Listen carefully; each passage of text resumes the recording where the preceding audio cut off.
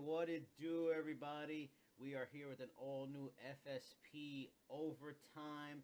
You know how it is, the spin off show with Jason Burgos, and he, Phil Du. I mean, I'm sure your mind is blown right now because you're seeing us. Look at the guns! The guns! Phil is actually going to just do that for the rest of the show. Ladies, please do not throw your drawers at the screens. This is how it is. Phil, what is going on? Live video. We're live in person this time. What's up?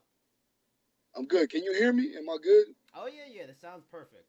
All right, good. Let's give it one more guns. One more guns for the ladies. I'm gonna give some guns too. A little small guns. Bam. Take it. Boom, right there. Look at that.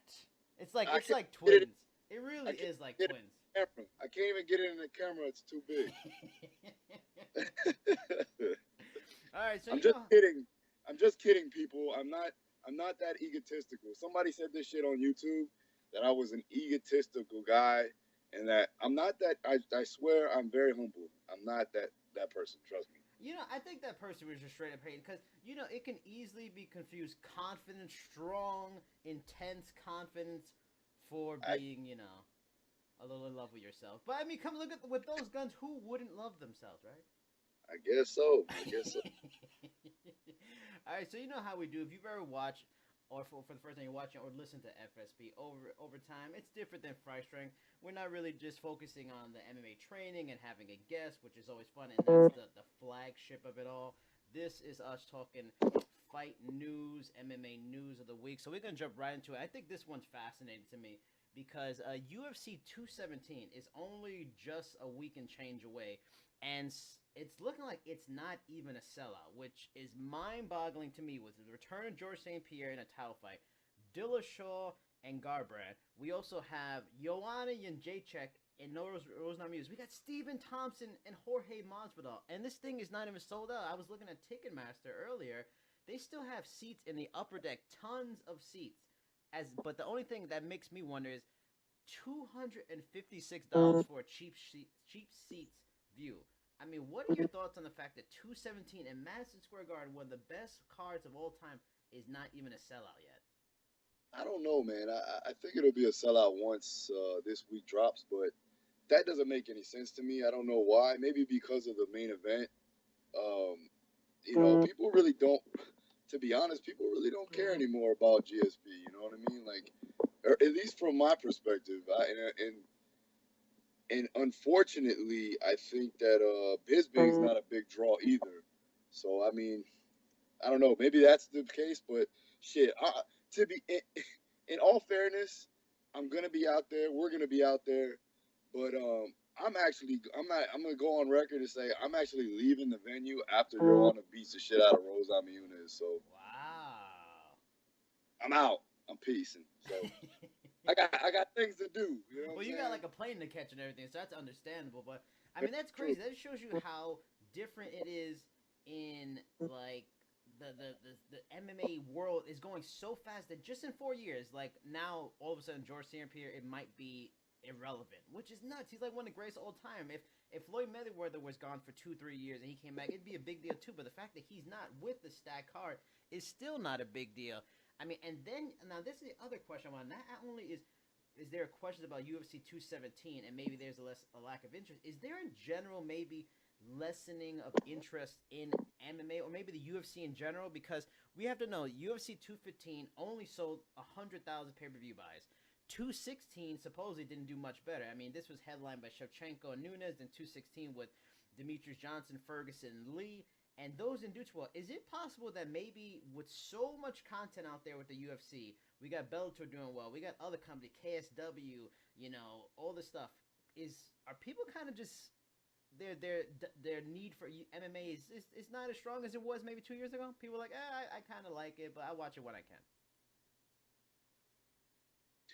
I don't think so. I mean, there is a lot more promotions now than there was before, or at least they're making it to where there's somewhat of competitive between the UFC. But I don't think it's like I don't think it's a big deal when it comes to what people are thinking about where they're at. Hold on one second, man. Yeah, no, I mean, we're all close to Halloween. Phil's giving you a little Halloween darkness. Hold on. And I'm back. I'm back. All right, lights are back on. Paid the bills. Hold on. All right, turn on the radio. Listen, man, I'm in my truck right now because I have kids. I got kids. I got my son. He's running around. He's got his costume on. You know what I'm saying? He thinks he's Marshall from Paw Patrol. Oh, nice. Things are going crazy in the household, and I just got back from American Top Team, and my voice is a little hoarse probably, and I got a lot of shit going on right now. So sorry, but yeah. So getting back to the question, I don't think it's a question of that. I think that obviously there is the other promotions are stepping up and making it more competitive to where people want to watch, but it also I think that the UFC has almost overbranded themselves, or they put too many shows on. Yep. I think that's what's causing them to overplay themselves in a sense. Yeah, because I mean, there's so much content out there. A perfect example is the NFL. The NFL, the monster of sports in America, that's even starting to get lesser ratings. And we all thought a couple years ago, the insane ratings, like, oh man, this thing's like alive. It gets out of control. But the NFL started throwing out more content. You got Thursday night games every week. We didn't grow up with Thursday night games every week, Saturday night games almost all the time. And then now UFC's doing it. You just said it perfectly. There's way more shows. Now we have Bellator that's much more legitimate. And then also, it's not cheap. That's the unfortunate thing. If they were doing pay-per-views and it was like, I heard someone on Twitter suggest, and I thought it was a great idea, maybe they have a tier system for pay-per-views. Maybe something like $215, maybe it costs $30 instead of like $60. And then the big ones, they cost $60, because even WWE did that at points and everything.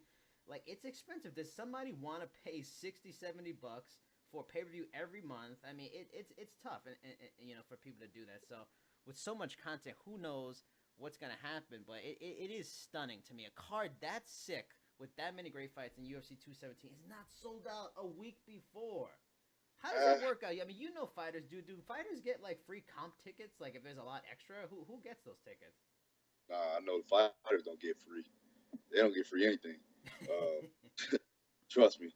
No, I mean I don't know. I think if anything, they might just lower the ticket sales in general. But other than that, I don't know. I don't work for the UFC, so. Now moving on to the next thing. Now, a part of 217 is Cody Garbrandt versus TJ Dillashaw, which is crazy. Now this was interesting. Cody Garbrandt during the week said, "I'm going to first and foremost focus on TJ. This is a gimme fight too. This is a fight for me that I'm going to end this dude and go on, and I can pick my fights after that. I'm going to go down to fight Mighty Mouse at 125, and that's just business. I like the guy a lot, but that's just a business move for me." I get what he's doing, but he's got a really damn good fighter in front of him in a week. Do you think he might be kind of overlooking TJ and starting to think about stuff he shouldn't and really be focused on this nasty pound-for-pound level fighter he's got to deal with? I don't think he's overlooking him. He's structuring his future, and you have to have goals. I think that he's structuring out his goals, and one goal is obviously to beat TJ because he is a former teammate. Plus, they obviously don't like each other. Plus, that is one of the most dominating guys in his division, where she needs to fight him. He's the number one ranked. So after that, and obviously they've had their past, and he understands TJ's weaknesses. From what my understanding was that Cody used to get him in sparring. So I mean, really, I mean, from what I heard, but from that aspect, who knows, man? That in sparring is sparring, and training is different from a fight, and everybody knows that, or at least the fighters know that. So who knows what's going to happen in the fight? I honestly think Cody will win, but we'll see. And I think that it is a great fight. I think that is the money fight. And if DJ ever wants to make any money, he needs to step up in weight class and make it happen, because obviously the guy's, he's ending fights. He's not a boring fighter by any means, and he's still not getting paid. I was talking with the embedded guy today because they came in for Joanna, and I was like, "Did you guys doing any? Are you doing any embedded with DJ anytime soon?" He's like, They haven't done a Fox show with him in forever." Wow. FX or FS1 and FX, I believe. But he hasn't done anything. He hasn't headlined in anything in a while, and it's kind of sad, man, because you would like Yeah. to get to his camp and see what they're doing. Obviously, they're doing it right. Him and Matt Hume over there, man, they're just monsters, and they're scientists in the game. And that's what I truly respect. But getting back to the question, I don't think he's overlooking the fact that he has to fight TJ. I think that, like I said, he's just setting goals and making sure that he's accomplishing those goals. And he's confident in himself. He's confident in his abilities, and he's confident that he can actually beat the person that he's been training alongside since he started in his professional career. So, I mean, you're around top fighters all the time, champions and everything. So, I mean, you see some fighters that have like, I'm not going to talk about that. I'm going to focus on my opponent. And this is just something different Cody is doing. Is that so that is more an individual thing? Like a certain fighter, he needs to kind of have that. I only think about this guy this entire week so close to the fight. I can't talk about other stuff. I don't want to. Is that just something for every guy? Maybe Cody, it talking about other stuff like that. It isn't a lack of focus. It's just he can handle it. His mentality, his mental fortitude is okay to do that kind of stuff. Yeah, it is subjective to the individual. I even know guys that don't even want to hear about the fighter that they're fighting at that point in time. Wow. It's that it's that crazy at points because the fighter has a mentality of only focusing on himself, and if they need to do that and not watch film on their opponent or not even kind of speak their name because it just gives them negative thoughts in their brain going through camp, then that's what they have to do. And the other hand, you got guys that totally just not even really worrying about their opponent, or they're actually fully studying their opponent. So you got different aspects, and you got different mindsets and different fighters. Like I said, it's all subjective. But with Cody, I think that the point is that he's very familiar with TJ. So it's it's not as it's not at a point where he's like nervous about the situation or he's overlooking the situation. He's just very comfortable with it. So that's why he's making these statements. To go back to that DJ thing you mentioned with the embedded guys, that is insane to me. That blows my mind. Like I get it. They've gotten to the point where they feel he can't make money and they're not gonna really put effort. But you know what?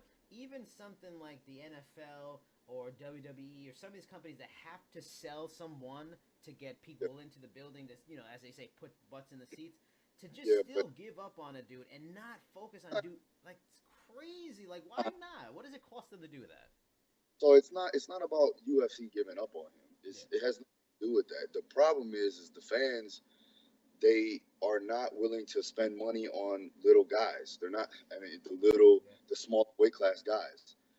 People want to see knockouts. People want to see spectacular finishes. People want to see bigger dudes fight. Man, it is what it is. And even the females, like females, it's fun to watch because you see females. They're not particularly regular women are not like a Joanna Jędrzejczyk or Rose No. Namajunas. No, You know what they're I'm saying? not. They're not like a cyborg or Amanda Nunes. They're not like these females. So like when regular people see this, it's very it's kind of like a drawing figure. You know what I mean? And it's spectacular to see. So people will buy that shit. But to see a 125-pound guy, 135-pound guy, once he's back up in weight, fight, and even man, trust me, I like watching DJ fight at like anytime. We've talked about this plenty of times. Yeah. He's one of my most exciting fights because he's so technically sound and he's so explosive and athletic, but he puts it all together with a great game plan. If you're a true fan, you would understand it, Yeah. but there's too many casual fans out there that really don't care. And yeah, I guess the UFC should push him a little more, but it's got to make sense for them from a business standpoint. And if it don't make sense, they're not going to push his name or his brand unless he's fighting a bigger name that they can actually push that brand or push his name Yeah. to sell more tickets. Because it has, like I said, everything's a business, and if they're not going to make money doing it, what's the point? You know? I mean, I guess a good, temperature check of how things are because we talked about it too. I mean, boxing has the same problem. Smaller guys don't get the interest, and like the 140s, the welterweights they might be 140 in boxing, but that's kind of like the 170s, 180s in MMA. They get interest. The guys are fans care about them. I guess a good thing would be like what Lomachenko does in boxing going forward. Now that there's no Pacquiao and stuff like that, what he puts up is maybe that'll be proof that you can sell the smaller guys, because if he doesn't make money as good as he is and exciting he is, then nothing can. Boxing's a little different because they're primarily smaller guys, anyways, and nobody's really running the heavyweights right now. Yeah. The heavyweight scene in boxing is dead to a great extent from where it was before when Tyson was there, in Holyfield and all those guys. But Lomachenko and Rigondeaux's fight, I'm definitely watching. That's if you're a combat fan, if you're a combat sports fan, that's definitely a boxing match that you want to watch. Even though they're smaller guys, both those guys can bang. They can fucking knock you out. They're very technical. They're fast. They're explosive. One obviously Rigondeaux's a little bit older, but I feel like Lomachenko is going to definitely show what he can do. But Rigondeaux's going to give him a run for his money. Yeah, that fight. I mean, it's funny that not too long ago they were talking about, because UFC was doing so good, they're traveling the world, doing all these shows across the globe, that maybe boxing's dead, maybe boxing's starting to fall out a little bit. And boxing has had a phenomenal year. You got Kovalev, Andre Ward 2. You got Canelo versus Triple G, huge. You're gonna get that fight to end the year. Hell, you even got Mayweather come back to fight the MMA guy, which did huge. I mean, boxing did fantastic this year, and that's a perfect transition to what we want to talk about next. It relates to boxing in that Jim Lampley, HBO commentator, recently made comments on Maymac to a TMZ of all people, because TMZ is like breaking news on sports. It's crazy. Why should he retire? Lampley said he created a marvelous scam with his whole thing. He allowed Conor to, quote, win 3 rounds so the whole global MMA Wish community could have something to latch onto. I think there's a decent chance there's enough suckers out there Floyd could maybe make another $150 million. Phil, your thoughts on Jim Lampley's comments? Damn. Lampley's trying to hold it down for his sport, man. Yeah. I'm not going to lie. I mean, he made it competitive. He made it competitive for Conor, but it was tough for. I mean, Mayweather. He was playing it conservative, because Conor's a different style, and he's not a boxer, and all his whole career and Mayweather's whole career, all he's fought is boxers. So even in a boxing ring, even with boxing rules, Conor's still gonna come at it from an MMA mindset. And with his movement, he still was moving like an MMA guy, just with boxing rules. He was playing to the rules of boxing, but he was still had tendencies of an MMA fighter in there. So I don't think he was like carrying. I mean, I said he carried him in the past when we did some interviews there, but I don't think he was absolutely carrying him. I think that now thinking about it more. He was just trying to solve the puzzle a little bit more and not jumping the gun. Yeah. And try to get him out of there. Just being a smart fighter like Floyd is. You know what I'm saying? Floyd's a smart guy. He's very methodical in there. He's strategical. He kind of looks at every situation the way it needs to be, and he dissects things each and every round. So, what Lampley's saying, it could be, far-fetched. I think that by now, I think that a lot of MMA fans are gonna crucify him for it, but whatever. You know what I'm saying? It's whatever. Fuck it. He's a boxing guy. He doesn't know nothing about MMA. Doesn't matter at the end of the day. And when you watch the video, you see, you can look it up on TMZ or whatever. He has this weird kind of disdain, he's upset by MMA and Conor McGregor and bothered by it, and almost bothered by Mayweather. And I just think, I mean, you can talk to this because you are the professional fighter. You've done it yourself. You know how it is. Can anyone kind of fool around and let someone really win rounds? And when you have someone, maybe you can do it on the lesser levels, but when you have someone like a Conor McGregor who literally is dangerous and does have dangerous hand, can you play around like that on that level to really kind of give away rounds with very talented people?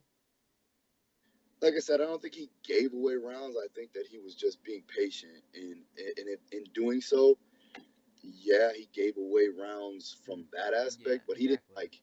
he didn't like not fucking fight. Yeah. He didn't like, oh, I'm just gonna let him play with me like a little kid or something like that. Like you're letting your son or your daughter, get a couple points on you in basketball or some shit.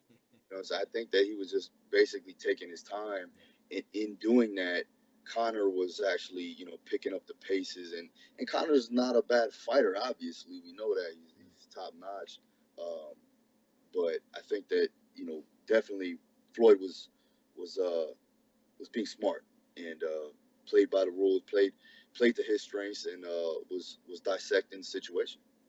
Now, moving on to the next topic, which you are particularly linked to and close to, and it was a story that got people kind of hot on Twitter and on social media. Now we had the phone press conference with Joanna Jędrzejczyk and Rose Namajunas this week, preparing their fight, promoting their fight, and leading up to the fight. Joanna, as always, she's trying to play her mental warfare to break a person down mentally, and it's what some of the greats of all time have done. They've all done it, but she brought up calling Rose Namajunas mentally weak, and she's broken. And Rose Namajunas brought up this week on that conference call.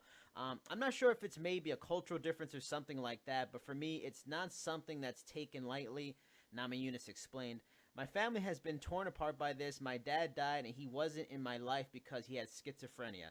So it's been something that my entire family has been fighting against since I can remember. So this fight means a lot to me, and it's not just about the belt, it's more than that, and I just want to inspire other people to fucking do whatever the fuck you want to do and do what makes you happy and be a good person and you can overcome anything." I totally get what Joanna's doing, but for the one time it's rare because did she kind of like step into some bad press just by happen to be, because she was aggressive on the call and still going with the mental weakness stuff.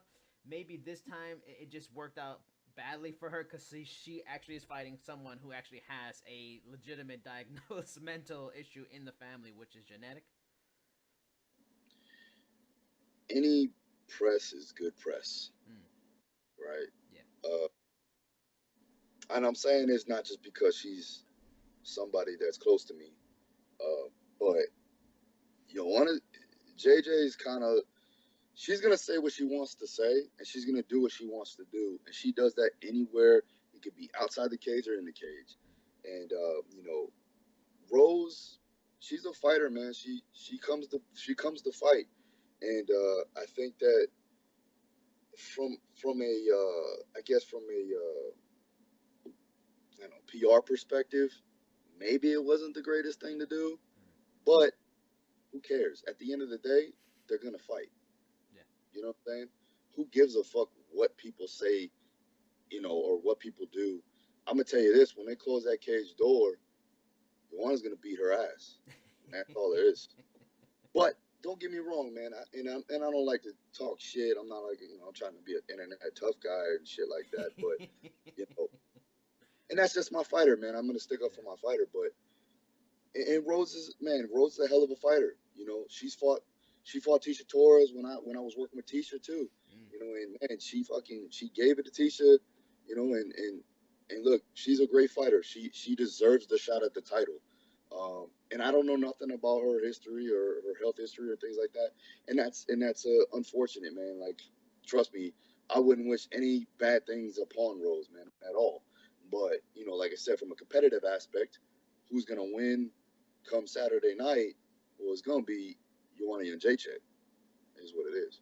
Bam! See how that he did? He gave you an answer and then UFC 217 promo in there. This is the skills of Phil Daru right there. But I mean, like adding to it, yeah, and I think Rose actually was right in that, and I don't think she was butthurt about it or anything like that. I really do feel it's a cultural thing. I mean, Joanna's from Poland. I mean, people are just seem tougher in Poland, and we live in a culture Yeah, in the U.S.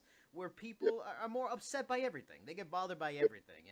very true. And it's understandable. Fine, there's people that got issues like that. But I don't. I mean, you watch Joanna Jędrzejczyk interviews, and she was on our show. You can go back and listen to that interview on iTunes, iHeartRadio, SoundCloud, Google Play, on Fight Strength. She's super nice. She's super nice. She seems like a really nice person. She gets into fighter mode for her fighting. When she gets closer, she's just game face all the time. And she made something that might not have been a comment in Poland, but in America, people speak their mind more freely and got upset by it. Wait a minute, Phil Daru, we're losing video here on Phil Daru. Technical difficulties. Let's check in here, Phil. Come back to us. Yeah! He's live and back. He is back. He did not leave us. But perfectly segueing into our next point, did you get to see any of that Darren Till Donald Cerrone fight? I seen bits and pieces of it. From what I heard, Donald Cerrone was not the cowboy of old. From what Mike Perry said. But yeah, I mean, he looked good from the clips I've seen. Yeah. And I didn't know Darren Till before this. Yep. I heard some good things about him from other fighters. Yeah. But I mean, good for him. You know what I mean? He stepped up in competition. He set his mark, and now he's looking to extend that win column and get closer and closer to that title shot. So, more power to him. Yeah, I was super impressed. Same way, I did not know much about Darren Till's till this fight. I mean, looked impressive. The jab, that's again, it's a tactic that you don't see much in MMA used enough. And that's why I'm glad to see George St. Pierre come back with a jab. A jab is not often seen in MMA enough. This guy was hitting a quick jab all night, setting his range against Donald Cerrone, figuring his lane, and then he just started laying heavy shots. And the thing, the bugaboo with Donald Cerrone forever is that he doesn't move his head enough. The guy is just like a statue bust from shoulders to neck, and he doesn't move his head enough. And then if you can get to him like Jorge Masvidal, someone did, you can get to him. He can be hurt. He can be in trouble, and that Darren Till did that. And I mean, he looked impressive. And then I was shocked that Mike Perry went to Gdansk. Stunned. Mike Perry's like, I want to go to Poland. Mike Perry really is an international man of mystery, and he goes there and he's ringside talking shit to Darren Till after the fight. That fight, it just is like diehards. I mean, I know Mike Perry's got to fight already, but I'm hoping it wins because you have to make Mike Perry Darren Till after that.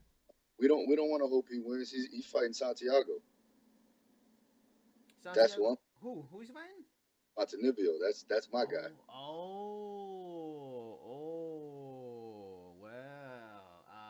Well, we'll see what happens. check my IG story too, by the way, because Santiago's not no slouch. No, he's not. Yep, he's legit. He's got 18 knockouts right now, so just be ready. Maybe we'll get Ponzinibbio versus Tills. Hands full right now. Mike Perry's got his hands full. Yeah, and I like Mike. Listen, I've known Mike for a while, through Dean Thomas's school, and he was part of American Top Team for a while. I've actually cornered some of my teammates that actually fought him as an amateur. Oh wow. So I mean, I've known about him. We've actually cross-trained when I was fighting. But like I said, you don't want to look past the Santiago. Trust me. So we'll see what's up. I mean, how's this camp going? I mean, you are freaking busy. I mean, you're already busy normally in general, but you got Alexei Olenek, right? You got him coming up, right? He's gonna be at MSG. Yeah. So you got Alexei Olenek, Jędrzejczyk. You got Colby this Saturday. You got Dustin Poirier in 3 weeks. You got Ponzinibbio after that. I mean, do all these people, are they training together like in your groups all the same time? So we had Kobe and Antonio Carl De Zapato Shoeface, who's fighting on the same card at Sao Paulo tomorrow. They were training together. Joanna would go back and forth in their group by herself and then with them. And then also with my other prospects that I had. I had Dustin work with Danger, Matt Schnell. Nice. That's a good combo. Yeah, they've known each other for years. They're both from Louisiana. I had Will Brooks work with Joanna for a little bit before. Oh yeah, Will. his fight got he's gonna fight. He is still gonna fight Lentz now, right? Yeah. So we're fighting in November. So we got that, and then Santiago. Now I have him on days. Well, everybody's kind of, depending on where they're at in camp. I like to structure them in the same group, or at least somewhere in between. I got phase 1, phase 2. So phase 1 would be 8 to about 5 weeks out, and then phase 2 would be 4 weeks out to a week out. So if you're in phase 1, I usually have them grouped together, and then phase 2, I'll have them grouped together. In the case of like Joanna, where her schedule is a little bit structured differently because of sparring and things like that, I may have to take her only one-on-one at some point. Dustin's the same way because his sparring and his grappling is all structured a little bit different than everybody else's, just for timing purposes. So I usually take them individually, which is fine by me. But also I make sure that when they're in the groups, everybody's getting one-on-one attention in a group setting, but they also get to compete with each other. So that's good. And obviously you're all teammates, so it's no big deal. But yeah, it's a handful, man. You got all these high level fighters, and with high level fights coming up, so you want to give them most attention they possibly can, while making sure that we're progressing as a group. You know what's crazy about that, and it's impressive about American Top Team is that, and I want to know what you see in there when you have someone like Joanna Jędrzejczyk, who's like, I mean, when you go look at Phil's videos on Instagram, on Twitter, on YouTube, when he shows the video of how hard Joanna Jędrzejczyk works in there, like, she is not playing. She works hard in it. And what's unique about a gym like that, when you have as a champion who's reached the highest levels and works that hard, I'm guessing it has to rub off on these other fighters. When this woman is busting her ass in the gym, I'm hoping that motivates these other fighters next to her. I mean, do you see that, or some of them are they getting intimidated by her raw toughness? No, I mean, all the guys are truly appreciative of it. They never see a female like that being that intense. Even especially in physical preparation and strength and conditioning, like, you don't see that really. Yeah. So for them, they're like, damn, man, she's a beast. But I think it helps uplift the whole entire group for sure. But we're talking about people that are self-motivated in general. I rarely ever have somebody that I have to actually truly motivate. I mean, there's times where they get tired and we're doing like a lactic conditioning session where their muscles are fatigued, they're run down from weight cutting or something like that, and they're at the end of camp, and I got to kind of push them and give them some words of encouragement. But I don't ever really have to tell them, or I have to, hunt them down to come train. That's not the case. If anything, I have to pull them back a lot of the times. So, I mean, from the case like that, I think everybody kind of works together and helps uplift each other. With the case of Joanna, she's just, very intense. Yeah, I mean, shit. Basically, that's what Tyrant calls us. She's basically an OG. But I think that I mean, everybody kind of uplifts each other. She just takes it to another level a lot of the times because she'll even tell you, man, she's not big into technology. She doesn't really care about the latest trends. She's just like, I just want to fucking work hard and be a champion, and which I'm down for. I like that. I like that mindset. Obviously, I have a science background as well, but real world application and hard work does trump a lot of different things. And she's on a case of, just because you're talented doesn't necessarily mean that you cannot work hard, and you have to have both sides. You can't, be phenomenal and just have an average will. You have to have both, you know what I mean? So I think you have to have the will and the skill.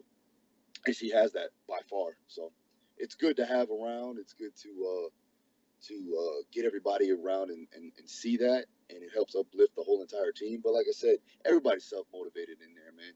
If you're not self-motivated, if you're not at that level, or if you're not self-motivated, you're not at that level. You're not there, a part of American Top Team, or even invited into the groups of training, because you're not there yet. You're not there mentally. You're not there physically. You're not there, emotionally. With the whole psychological aspect of being a competition and being a high level fighter. If you're not at that point, then you're pretty much not invited.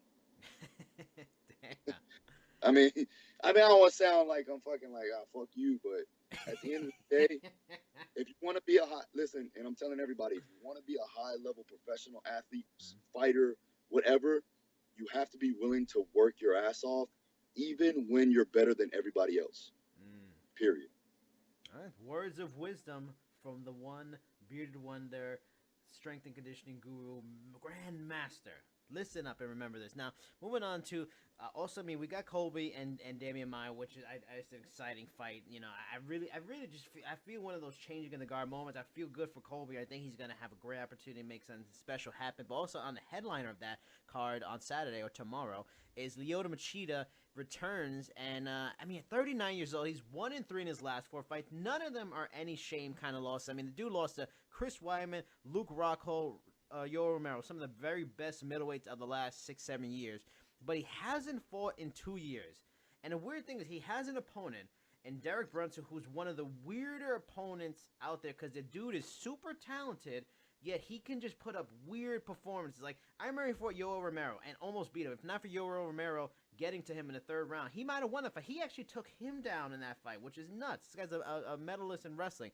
I mean, he had the weird fight with Whitaker. A lot of people thought he beat Anderson.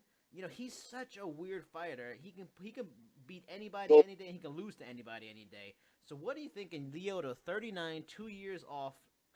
You know, is he winning this fight, or is this? I think he's the underdog too, or is this Derek Brunson's coming out party maybe? Derek Brunson is a phenomenal athlete. Yeah. Derek Brunson is not a fighter. Okay. Not a. I mean, listen, you can be a phenomenal athlete and still bang. Yeah. You can still fight, but you're not technically sound, and he's not technically sound enough to take it up a notch to the next level. With that being said, Lyoto's too old right now. Yeah. I don't think he has a chance. I think he's going to be slower. His reaction's not going to be there. I think Brunson's going to edge him out from his athleticism and being there first, and possibly taking him down and just riding him out. But I think, I don't think it's really a great idea for Lyoto to come back at this point in time, especially with that long layoff. Yeah. And just being old, man. I mean, just old, geriatric, goddamn. He's fucking old, man. I mean, listen. Yeah. I mean, how old is he? Is he like, he's like 40 something, He's right? 39 years old. I mean, okay. Now, given we've seen in the past a lot of older gentlemen be dominant in the UFC, but that was back when the sport was fairly new, and you were getting guys that were coming in later in life, so they were fighting other older guys. You're getting guys that are younger, more athletic, coming from an athletic background, and just learning the game a lot sooner and earlier in life. So their technique, their skill is well-rounded way before they ever reach their 30s even. I don't know how old Derek Brunson is, but I'm just speaking in general terms. Yeah. Even if Lyoto does win this fight, his chances to making a run at the title are far from none. You know what I'm saying? He's not really going to do anything from that point. So, I'm going to give him maybe a 40% chance of winning, tomorrow night. And what I mean, you made a great point there. Yeah, we've seen older guys do well. I mean, especially back in the day. But I think if you're an older guy in the MMA, you have to be at a high weight class. In heavyweight, you can be 40 years old and you still do good. 30, 39. At 205, you can do that a little bit. And that's why I'm surprised that you can talk to this, because you work with fighters. You have to help them in weight cutting. You have to help with weight cutting for all guys getting older. I would have thought the best move for Lyoto at this point, at 39, would have been to go back to 205. I mean, the guy was the champion of the division. Yeah, arguably, he may have been better at middleweight at times, but the guy was a champion at 205. It's harder to cut weight as you get older. Go up there. If you are slowing down, go up there with guys that are heavier, where maybe your slowing down is fast enough for them. Like, do you think that would have been better off for him to do a 205 so you don't have to cut weight anymore at his age? I like that. I like that. I like what you're saying there, Jason. That makes a lot more sense. A lot of the times, and even with the breaking down of the body from just years of training and years of competing, you're not able to do the things to actually physically get prepared to fight. It's just like that old Rocky. Remember Rocky Balboa when they were like, "Oh, your joints can't take the pounding no more, so long distance running's out. Yeah. So we got to build brute strength." And that's usually what I do with my older guys, is just get them shit strong, man, and get their core stable and make sure that they're nice and they're ready to go from that aspect. But like I said, we're not doing a shit ton of running. We're not doing a lot of hard pounding, a lot of plyos, nothing like that, because they're just so beat up, man, Yeah. and it doesn't make sense for us to do it anymore. Now I'm not saying Lyota's like that. I don't know anything about his camp. I never even worked with the guy. Never met him, so I don't want to talk shit. But at the end of the day, he is older. He's breaking down from his body.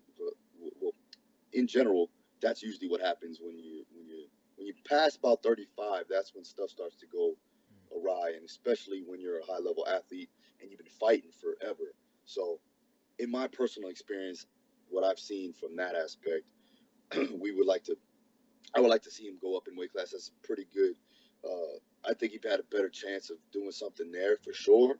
And like I said, there's less. I don't want to say less competition, but he could be more competitive at that weight class.